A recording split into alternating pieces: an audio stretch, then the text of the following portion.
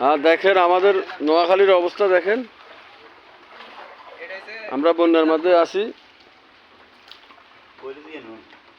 ও হয়েছে বন্যা উপভোগ করতেছি। আপনাদের জেলায় কি অবস্থা জানান।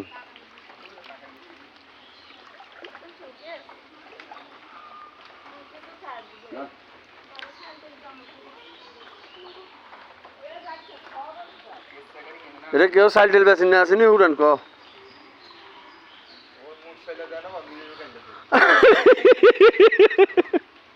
মুঠ চাইলেও বাদ দিয়ে দিব।